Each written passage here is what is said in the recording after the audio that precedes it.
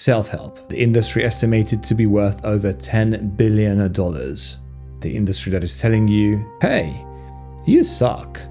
Here is how to suck less. It is no exaggeration to say that I felt the most miserable in my entire life when I was addicted to self-help content. You're listening to all this great advice. You've come to learn and understand strategies and routines and visualizations and techniques that are supposed to propel you forward 2 years in time in the span of 1 month. You're ahead. You're so far ahead of everyone else. So why do you have this gut-wrenching feeling in your stomach? I'll put a trigger warning right here. You might love self-help. You might have a favorite productivity guru. The purpose of this video is not to take a dump on them. But if you have that gut-wrenching feeling, if you feel like you're never productive enough, if you feel like you have been consuming this content for years and the needle has just not moved, then I think this video might just be what you need, where we will explore the dark side of the self-help industry.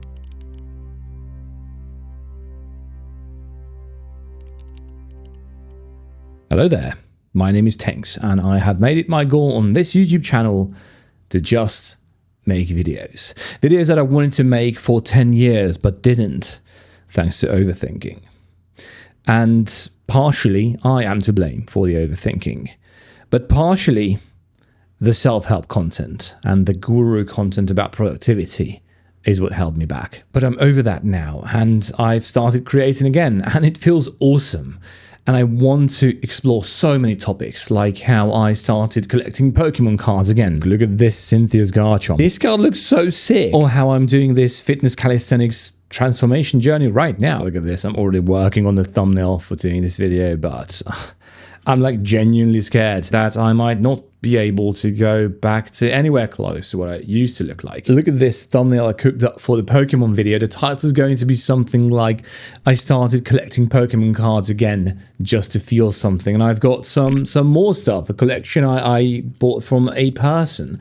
And I have some packs to open as well for the video. These are the kinds of stories I really want to tell. At first, I felt the need to look into the past in a 3-part video series, of which this is part 1. It feels like I need this I feel the need to do this for closure. Dude, just read the script. For closure. Who wrote this? You wrote this. We have less than 500 subscribers. Do you think we have a script writer? I don't tell him that. I don't care. I'm changing the script. My ultimate goal on this channel is to tell cool stories, to make a living out of being able to do that. This is not a channel that is going to be about productivity or any one thing in particular. So please, if you find this video useful in any way, please consider subscribing and help me make this goal of mine a reality. In 2016, I was in a bad spot. I was working as a personal trainer in this commercial gym and I loved it, but problems were brewing. Unfortunately, one of the most unsustainable forms of business is being a personal trainer. I've calculated that if I had, 4 more clients, that would take up so much of my free time that the concept of free time would cease to exist, because with fitness, you don't see your clients, once a month.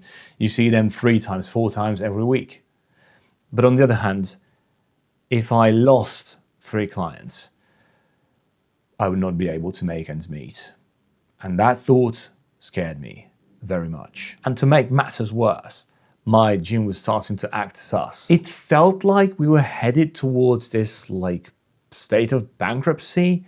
But the gym leaders, they were not upfront about it. And there I was thinking to myself, what am I going to do with my business if this gym shuts down? So as one does, I looked for alternative options online, and this fitness personal trainer dude friended me on Facebook. I don't really know why, because I never did this before, but I friended him back. I was then promptly added to a Facebook group in which this guru guy who is helping regular trainers become online trainers was hosting a 40-something series webinar.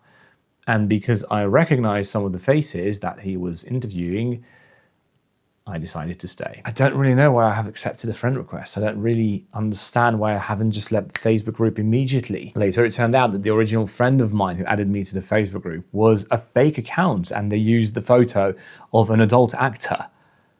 All the red flags were there. But I was at a low point in my life. I was scared. I was scared of losing it all. So I stayed. And boy, were my eyes opened. This is what's so appealing to us about productivity and self-help. The promise of money, of a working business, of not having to feel bad about ourselves.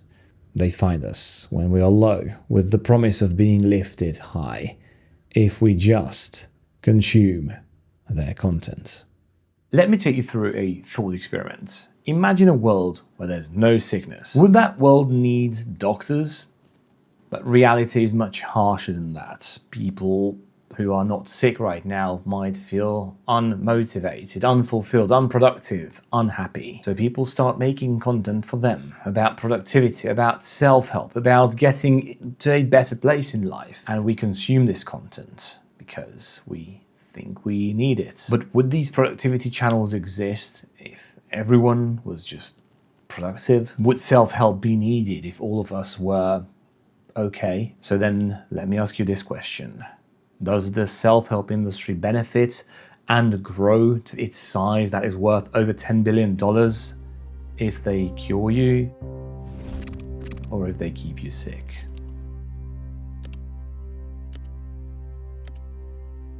I'm learning so much in this Facebook group about myself, neurolinguistic programming, visualizations, how to use a calendar for like 90x your performance, Pomodoro, all these techniques, all these visualizations, morning routines. I'm feeling so far ahead of everyone else. And it felt like it was working, but it really didn't. So when the chance came to work together with the guru for only $200, for 6 weeks to make this like hybrid sort of like in-person training as well as like online training thing, I was on. And that is exactly how I started my fall. The next was the course. All gurus have a $997 course, and he was no exception. The course was much the same as the $200 program that we were on together. It was just more bloated with stuff you're not going to do, and then you will feel bad about yourself. Why? Because these programs are designed this way. Everyone has a refund policy, but you have to show me that you've put in the work. But of course, you're not able to put the required work in because these courses are bloated to the brink with stuff to do. And that is, of course, advertised as something being good for you because you're getting so much for your money's worth. So half a year into my suffering, I was at a low point. Nothing seemed to work. The program didn't seem to work. I was losing clients in the gym, and my online business was not afloat yet, which is exactly when the guru hit me up with an offer I would be stupid to refuse. An $8,000 mastermind that I'm going to get for the low price of $6,000. Looking back at this, it's so stupid. But I said yes. I said yes with money that I didn't have. My parents helped me out, and I felt horrible about taking money from them, but it was all going to be worth it, right? Because the results, which are going to come in now 3 to 4 weeks, the results which have now been guaranteed by my investment, will make up for all of that. I grind, I work hard, I work 12 hours a day, 16 hours a day, 4 weeks into this program, and we are required to spend more money on making this Facebook online group that is going to be our sales funnel. And when all of that fails, and it fails spectacularly without me getting a single cent out of the process, we are required to spend even more money on making the next Facebook group even bigger. Because the guru says they're just going to come and rescue us. But first we have to show that we have skin in the game. It's so... I realize that my story is a bit niche, but is it? I was being sold a dream that I can reach with self-help, with productivity hacks. And of course, by spending a wee bit of money. I was feeling lost. I was feeling miserable about my situation. And I was offered a solution. Isn't that what this industry is all about? And I get it. Believe me, I really do. I got out lucky. The year after the course has concluded, I scheduled a meeting with this guru. I told him how this entire course has left me in the dust, how I broke down physically, mentally, and I'm still recovering. And I asked for a refund. And to my surprise, he refunded half of the course. Like I said, there is a reason I used to look a certain way and now I don't. There is a reason why I used to have a fitness business and now I don't. I don't even want to have one. And the reason is more complex than just one failed course. But the start of it can be traced back all the way there to a time when, once that course concluded, I got so sick that I almost ended up in the hospital.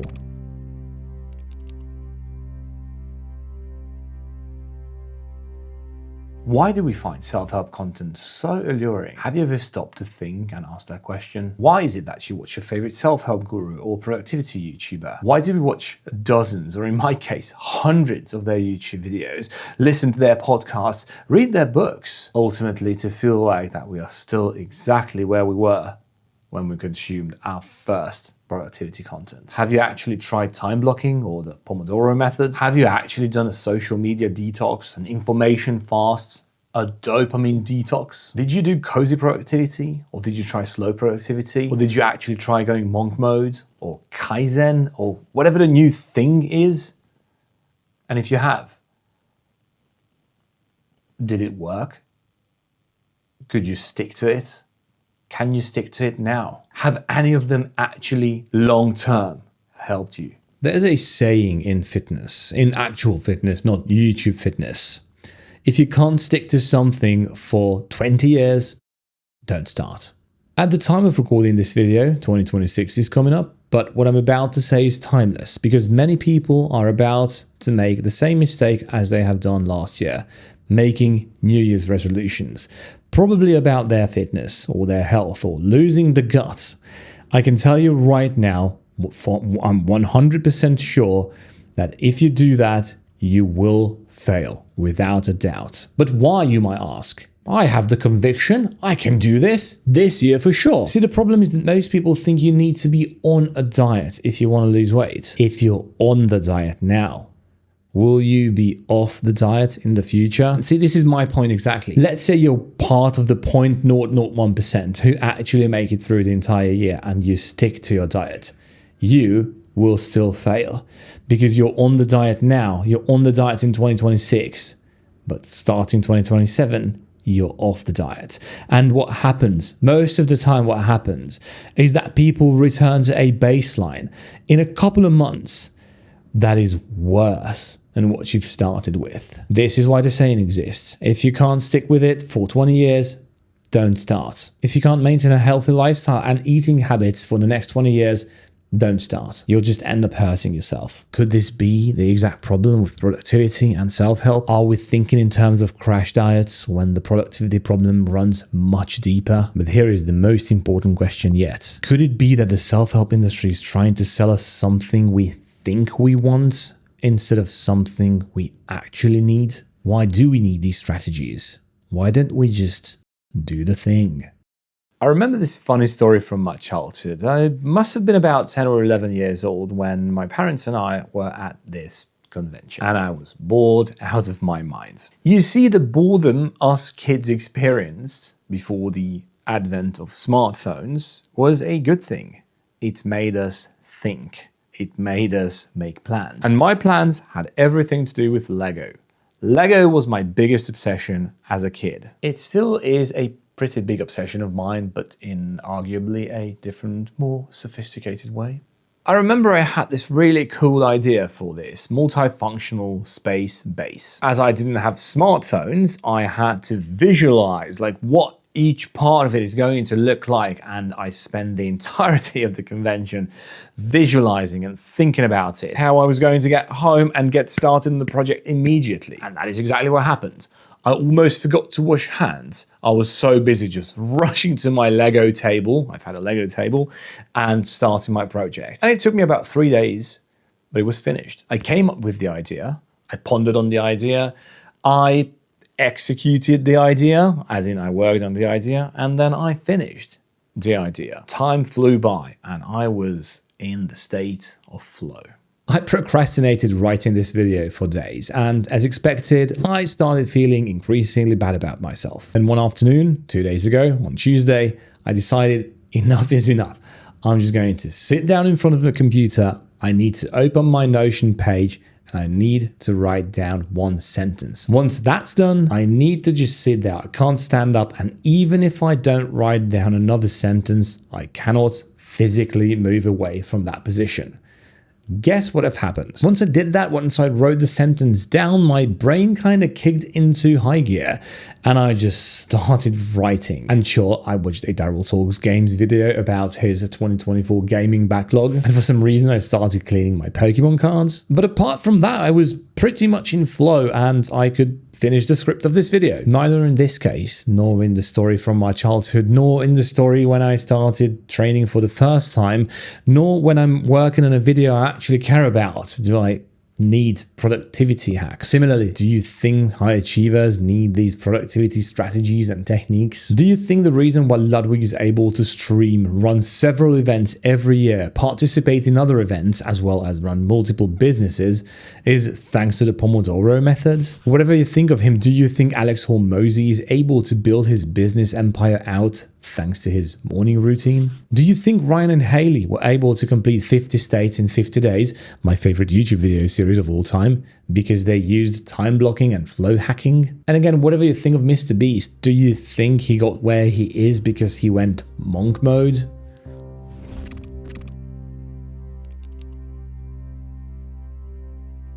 I've been avoiding the answers to the big questions that I keep asking. Why? Why do we think we need the Pomodoro method, or monk mode, or time blocking? Everyone has a thing. My thing is YouTube. It's exploring the things I've always wanted to, like making a Minecraft gaming channel and telling the story of how I'm going to re-record one of my original videos, which was a calisthenics motivation video. That is a hefty project for next year that I'm really hoping and working towards making a reality. That is my thing. I don't know what your thing is. I don't know what your dream or goal is. But here is the cold, hard truth. If you need all these productivity hacks and these programs and these masterminds to do the thing, then could it be that your thing is not really the thing? Could it be that you have just been sold the idea that it should be your thing? Because if the thing was the thing, you couldn't wait to get home and start writing, or you couldn't wait to get to the gym and start working out, or you couldn't wait to pick the camera up and start recording. Could it be that you need all these productivity hacks, all this self-help stuff because you are avoiding the work? Could it be that if you didn't spend 3 hours every single day on social media, some of it listening to these gurus, could it be that if you silence them, you would finally be able to listen to your own voice and find out that the dream you have been sold is a lie?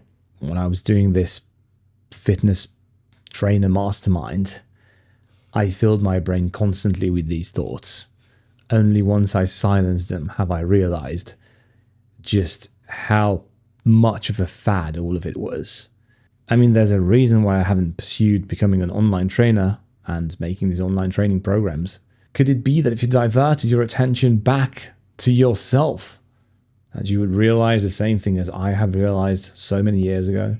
This is what self-help content preys on. The dark truth of self-help and productivity is this: you are in a very bad mental state, and consuming their content feels good, feels addictive. But why is it addictive? It's addictive because watching this content feels like you're being productive without actually doing the work. That is what's so nefarious about productivity and self-help content. And here is the real kicker. Your favorite productivity content creator or self-help guru might not even realize they are doing this to you. It's definitely not their fault that you are addicted to their particular productivity content, but it's definitely not your fault that productivity content is addictive. It is more addictive than actually being productive. But now that we know the truth, what do we do about it? Here is the thing. When it comes to productivity experts, I think they come in 3 different flavors: the good, the bad, and the ugly. And this is the part where most people would use B-roll to indicate, which one's which. But given how I want to make you think for yourself and determine for yourself who's who, I'm not going to do that. You will keep seeing just me talk. The goods. These are the ones who are trying to probably help you and they don't really have an ulterior motive or a course to sell you. The bad. These are the ones that create a toxic environment where you feel bad if you're not being productive, if you're not grinding, if you're not putting 100% into each and every waking second of your entire life. But you could argue they are just doing that out of tough love. I mean, why wouldn't they? Well, that's what's worked for me, so it must work for everyone else, right? And we might be able to believe that if it wasn't for that pesky course they're trying to sell. And finally, the ugly. These are the ones that know about your insecurities. These are the ones that know that their business, their industry is worth $10 billion. They play for your insecurities, they emphasize them, and they kind of make you, lock you into watching their content. And of course, they have a course. But before that, they have a webinar, which is free, with the 3 secrets you're going to learn about, and it's going to change your entire life, which is nothing but an upsell for the $997 course, which is in turn also nothing but an upsell for the $10,000 mastermind. They prey on your desire of wanting to do more, and they prey on your insecurities of feeling inferior. They know you want a business, a YouTube channel, or whatever else. And this is exactly what they are selling you. And it is your fault if you fail, because I'm giving you all these strategies for free. Plus I have the course if you're not rich enough. Plus I have the big course if you're rich enough. So it's all you. You're not giving it 100%. You're not giving it 1,000%. You're not grinding hard enough. Someone else out there, someone else, he's grinding. He's eating all your cookies. I feel so filthy. If you've ever wondered why I'm not going to become a freaking productivity expert, this is why. Which category does your favorite productivity guru and self-help influencer fall into? Can you really be 100% sure that they are in the category of good? Could it be a little bit of bad as well? Could it be a little bit of ugly as well? Be honest with yourself and see through the lies. If someone is pushing the course, using FOMO, and quite frankly bullying tactics like, what do you mean you can't buy this course? It's only 10,000. But even if your favorite guru genuinely wants to help, you need to understand that even if they don't want it to be, their content is very addictive. You need to understand that the self-help industry can only exist and thrive while people are having problems. Do you really think they don't realize that? Do you really think they don't know how addictive their content is or how lucrative this business of productivity and self-help is? The best thing you can do for yourself is, number 1, identify the thing you want to do, and number 2, just do that thing consistently. This is so great. I'm legit sounding like a freaking productivity channel, which I'm not.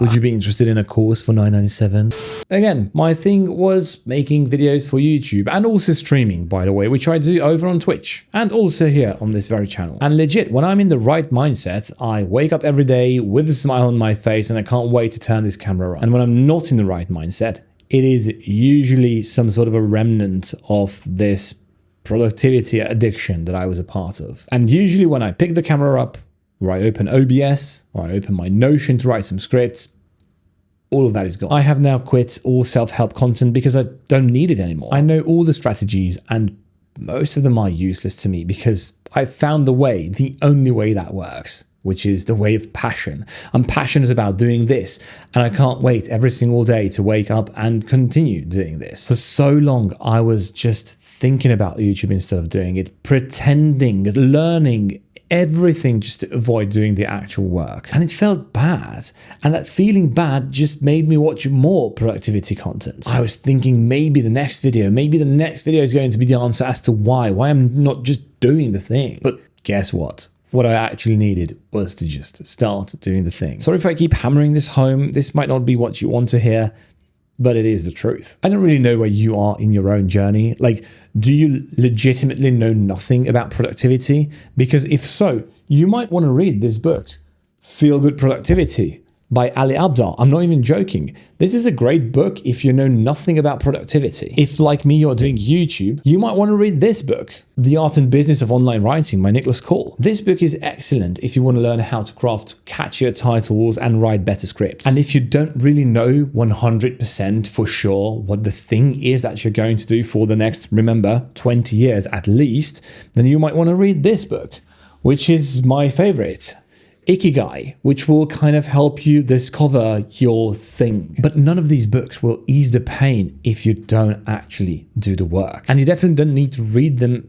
thinking that there's a great secret in them that will just make you 10 times more productive or will take care of all of your problems. That's not how they work. These books really only help if you're already on the path.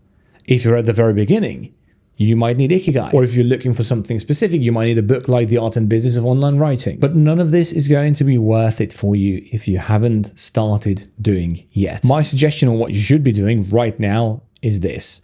Whatever your thing is, let's say it's YouTube. If it's YouTube, just make 10 videos. Don't watch productivity content. Don't read books. Make 10 videos. After you've done the 10 videos, you will have identified problems or areas in which you want to advance. That's the time for YouTube videos. That's the time for books. But make sure that you only watch 3 or 4 YouTube videos on how to edit better or how to write better scripts. Make sure you only read 1 of these books. But then you need to go back and you need to make 10 more videos. Theory will never replace practice. You watching content about doing stuff will never replace actually doing stuff. You will just feel bad about yourself and it is just going to become worse. And finally, if you've found your passion, I promise you, you will realize that you didn't need any of this stuff in the first place because the answer was already there. If you're passionate about the thing, you will just do it. Anyway, I just wanted to yap about this. But there are 2 other videos that I want to make that are kind of in a similar vein to this one. So that's going to be the trilogy of negativity coming from this channel.